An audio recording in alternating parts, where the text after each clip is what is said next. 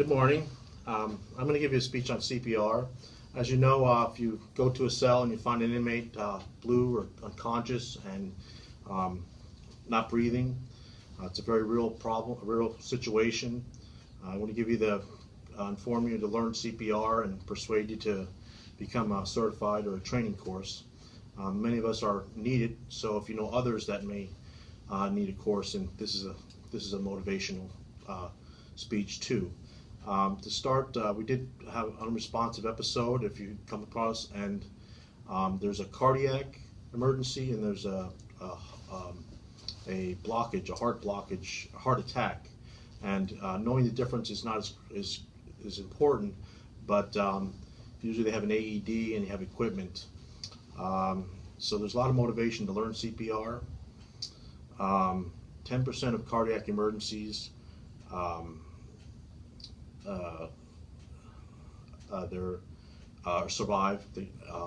survive. Have survival rate. 25% of when the CPR is administered, 25% go on to live a normal life. So basically, in this speech, I'm just going to talk about the training course for a few minutes, and then I'll talk about some little statistics and facts and figures, and then I'll round it out. We had our class, as you know, had a respondents, how they did the Survey Monkey online did how they responded to questions about CPR. If anyone has any questions, just you can raise your hand, and I'll try to answer them. Okay, anytime, it's fine. So as I said, CPR, usually the American Heart Association or Red Cross has approximately 8-hour course. The course involves, and I know a lot of you are trained in this, so if you know someone, usually statistically it says that 25%, well, I was getting to the particular, sorry, 12 million people in the United States know CPR. They say that it's not a deficiency, but there needs to be a lot more out there, because think of a famous case, Tim Russert from NBC's Face the Nation. He had a cardiac emergency, and they actually in the office, I guess NBC or whatever, and they didn't use the AED or they didn't respond. He thought it was a fatality. So we don't know how it would have turned out with an AED. I guess, and I don't know the particulars, but they said that in the situation that the AED wasn't used, and it might have saved his life. Because anyway, so to carry on. My respondents, I'll talk about my response. They said that 3 of them I had 5 respondents. 3 out of 5 said they had given or have learned CPR, had to give it or watched it. 2 said they need it for work, and then 3 also said that, 2 said they didn't have training. I guess out of the 5. So just tells you that it's kind of a mix. If you ever find yourself in one of those situations, there's Good Samaritan laws in Nebraska. Every state is kind of different, some differences, but Nebraska does have a Good Samaritan law, which means that you have the right to help a pedestrian. I mean, regardless if you're medical or an officer or professional, you could, without any liability, as long as you're attempting to save the person, as far as it goes. I was talking particularly about CPR. I do throw in first aid with that also, because the course does involve some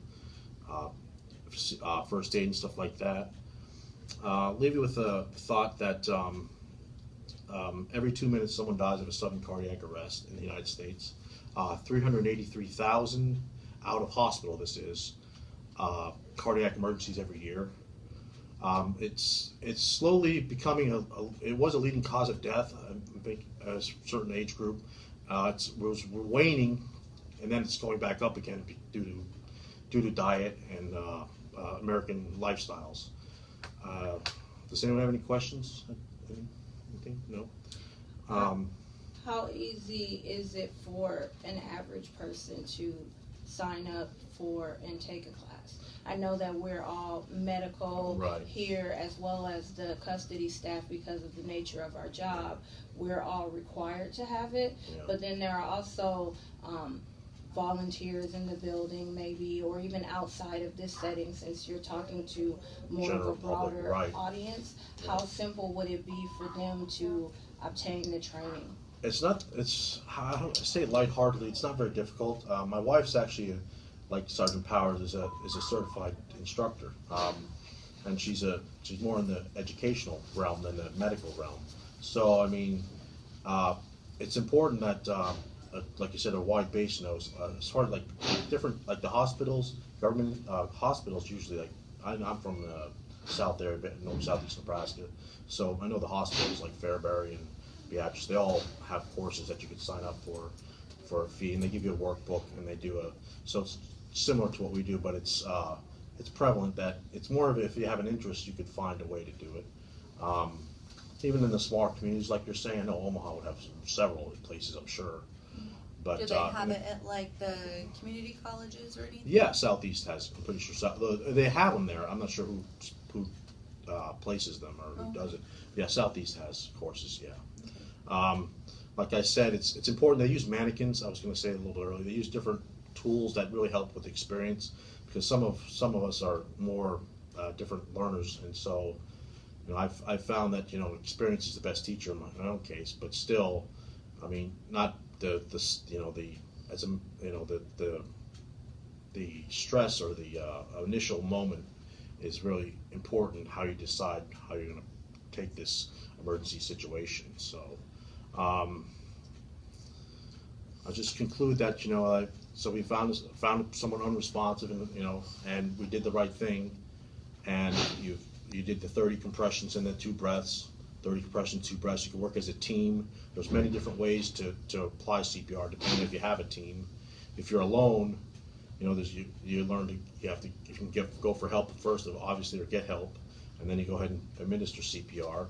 There's a lot of AEDs in offices and hospitals and different government institutions, and even here in businesses, they have AEDs anymore, and that's really a straightforward way for a lay person to administer CPR. It kind of guides you through everything. So I hope you've taken away that you could influence others as far as giving CPR or CPR advice or CPR training, just to say it's important to save a life, whether it's your family. So also, last statistic I'll throw at you is 70% of this cardiac problems are in the home. So you're going to find yourself in a family or a friend situation, unfortunately, if you do have a cardiac problem. That being said, thank you for listening, and hopefully we don't have to deal with any situations outside of our professional realm. Thank you. Thank you, Ben.